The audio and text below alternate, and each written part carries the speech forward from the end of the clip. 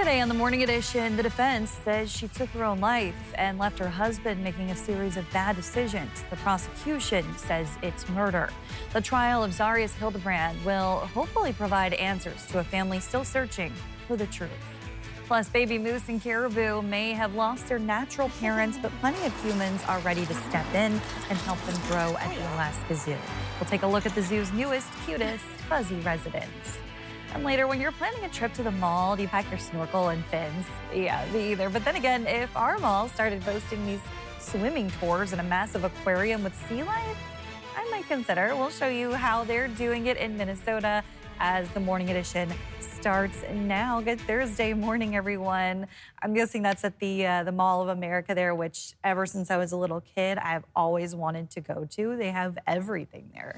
Yeah, I've seen some of the pictures, the photos, you know, back in the days when when the mall was just massive. And of course, it still is. It is, yeah, it's growing. It's probably still one of the most active malls in America. But yeah, I mean, it's always be interesting to go to a place like that and see the aquarium, as well as some of those tend to have a mermaid as well. Yeah, think about it. Let's go swim at the mall. Yeah, that'd be something nice, specifically with these warm temperatures that we continue to see building in across South Central as well as most of the state. We are waking up to some mostly sunny conditions. We did see some light showers pushing through Anchorage through the overnight hours, but you can see this morning we are waking up to some sunshine, and we are going to see another beautiful afternoon, but we will be watching some thunderstorm development once again later today. 47 is what we're currently sitting at, with winds for the most part remaining fairly light. Now, with that said, we are seeing some areas of some fog as we start off this morning, and most of that fog is as you head across western parts of the Kenai and south out towards Anchor Point. As you head towards Homer,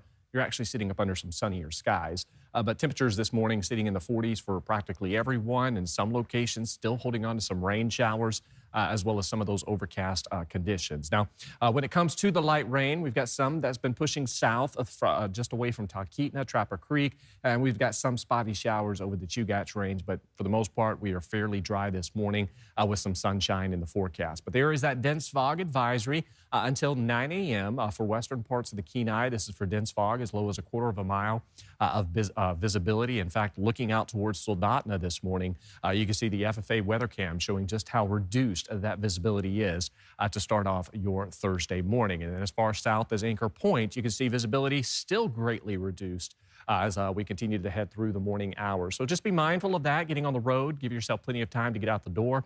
You can see visibility in Kenai down to 1 mile. Here in Anchorage out towards the airport, we are seeing some of that visibility being reduced, but nothing significant. Most of what we're dealing with fog-wise is across western parts of the Kenai. We are going to warm back into the 60s across South Central, and we do have some thunderstorm development later today. I'll have more on that and rain heading our way into the weekend coming up. I want her to be safe, and I want her, obviously, to come home to us. We want to know what's happened, and we want to get as much information as possible. Prosecutors say a wife was killed by her husband. Reports at the time say Zarrius Hildabrand searched for his wife, even putting out missing flyers, but she was already dead. Now he's in court. Those prosecutors believe Hildabrand fatally shot 21-year-old Zarrius Hildabrand. The defense says it was a suicide. Georgina Fernandez was there for opening statements. She really liked Alaska.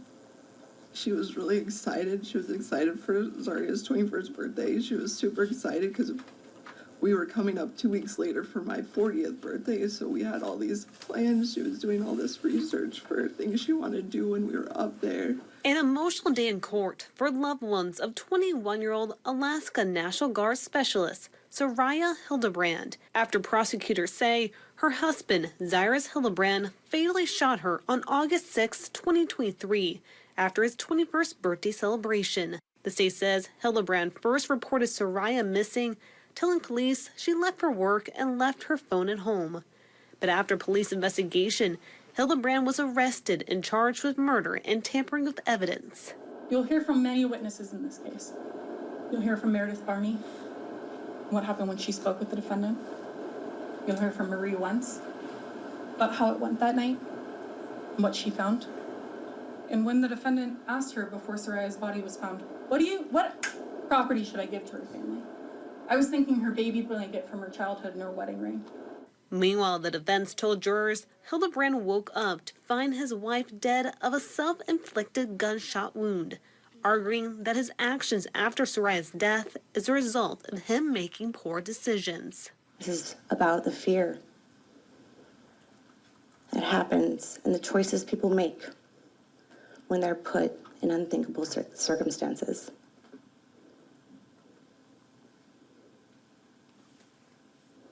This case is a tragedy.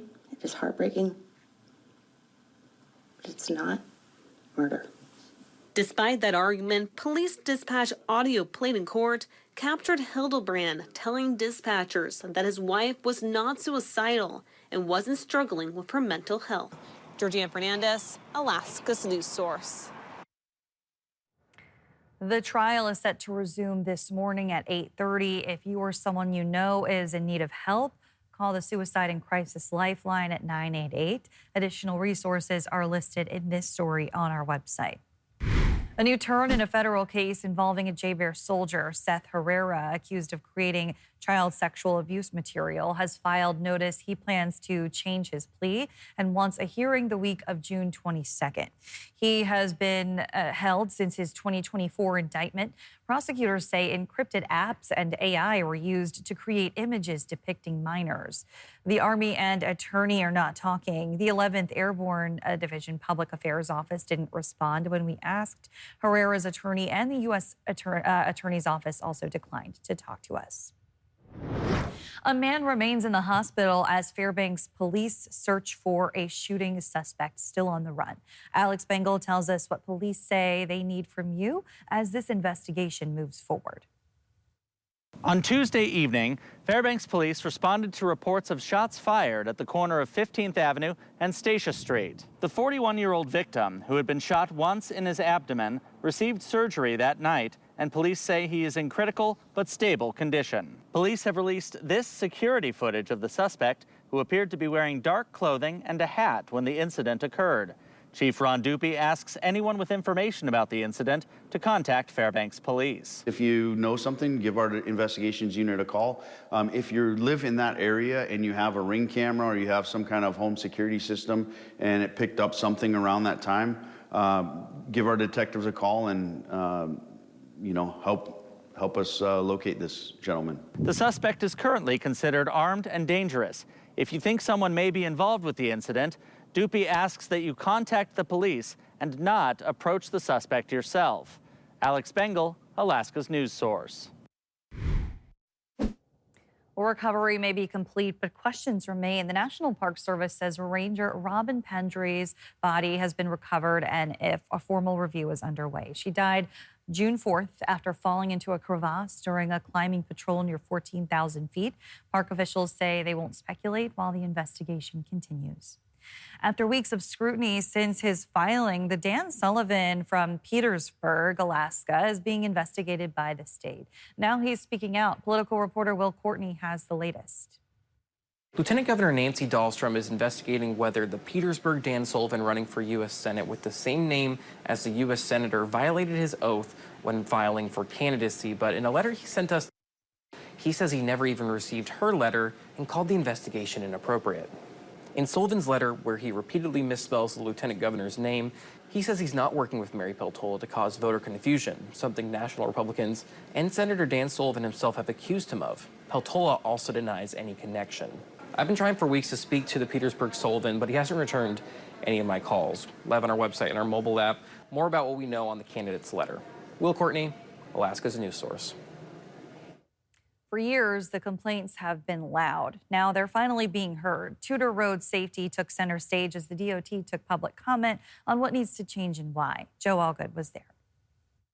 Cars zip along Tudor Road here and curve their way onto Muldoon. And over the course of 5 years, this corridor has seen over 2,200 crashes, enough for the state to consider lowering the speed limit. There's lots of things that we can work on. In the meantime, 35 miles per hour could save many lives over the course of however many years till we figure out a better solution. Of those 2024 crashes, 42 have caused serious injury, and during the Department of Transportation study, 10 people were killed. So the state is asking for input on a potential speed limit reduction from the current 45 miles an hour, and any other ideas that the public may have for making the corridor safer.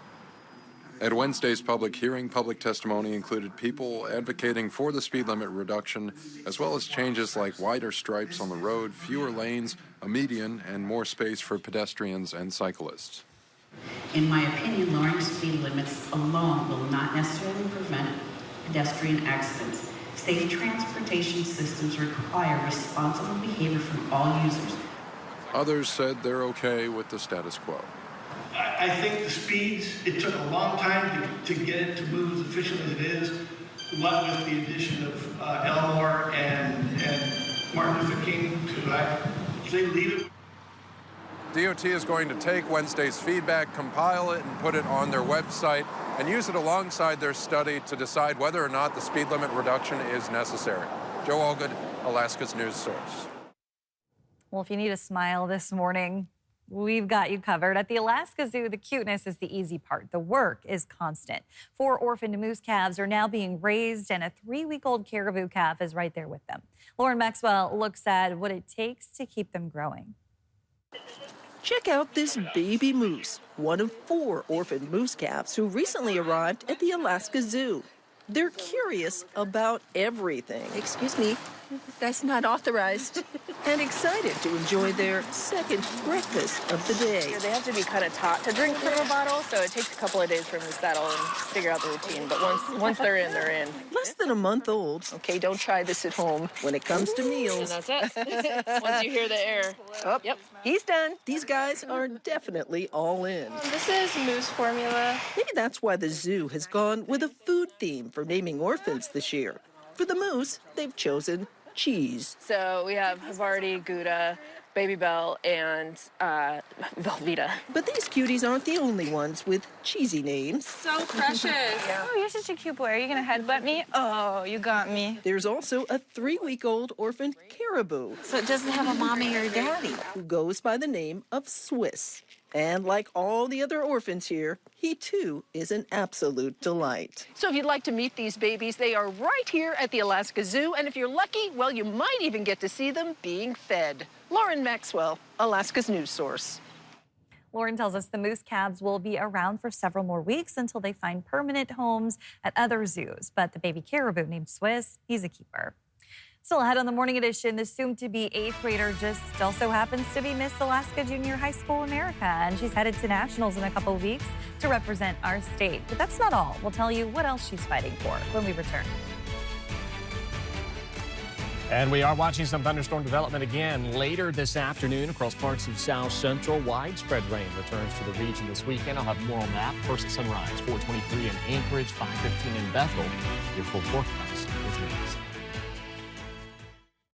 Welcome back in with a stunning shot from the Tongass National Forest. A beautiful view of a glacier there too, Aaron.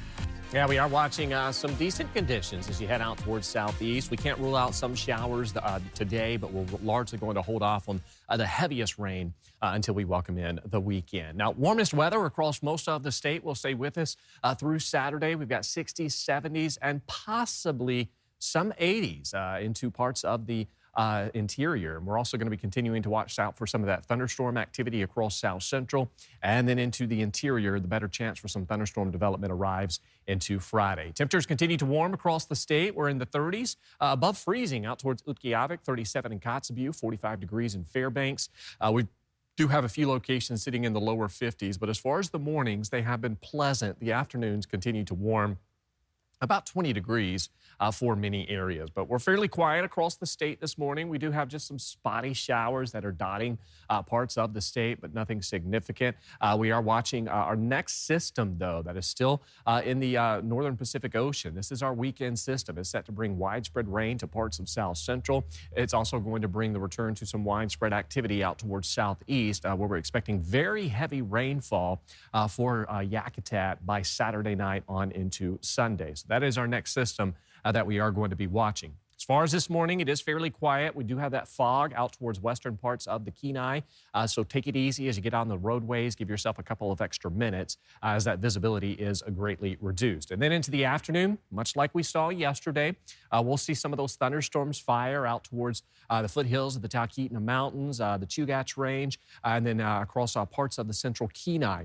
And then we could, with the typical nature of these thunderstorms that we see each summer, could see some of those clip Anchorage towards the evening hours and into the night, but largely expecting dry conditions. This is our next system. You can see by Friday afternoon, that rain will begin to lift north towards Kodiak and then eventually out towards coastal areas of South Central, and then widespread rain for Southeast as we welcome in your Saturday morning. Now, for inland areas of South Central, we are expected to see some rain. Nothing widespread like the coast will be dealing with, but we will see the return to some cloudier weather, some rain, and some cooler conditions as the weekend arrives. As far as today, on into the first part of your Saturday, again, we're just going to keep with some of that thunderstorm activity, and notice again, most of that parts of the Kenai or central parts of the Kenai and then north into the valley as well as the Copper River Basin. And then you began to see that widespread activity arriving Saturday on into Sunday. And notice western parts of the Kenai, Anchorage, and then into lower parts of the valley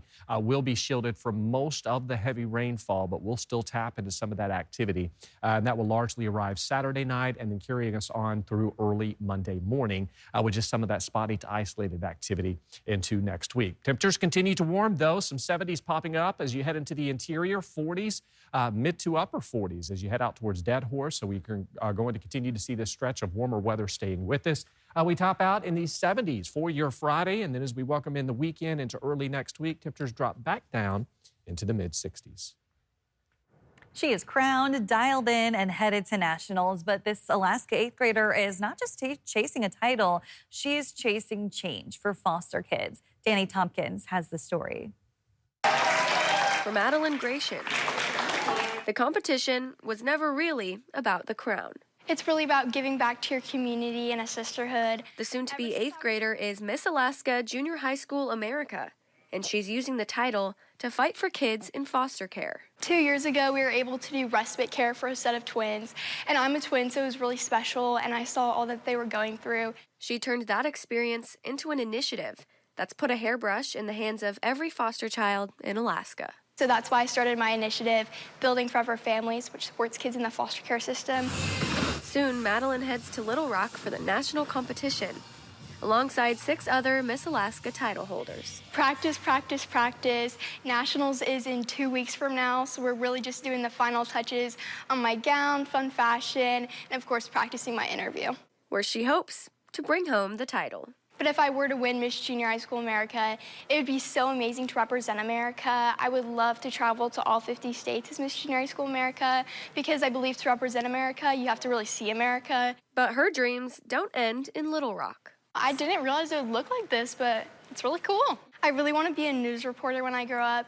I think it's so cool because you're able to wake people up in the morning with positivity and kindness, as well as keeping them informed on all the current events that are going on. You can try it on, too. Do you want to try it on? I would love to try it on. Okay, let's see. Win or lose this summer, Madeline has already shown Alaska what a crown can really do. It looks so good. Thank you, thank you. I see it happening.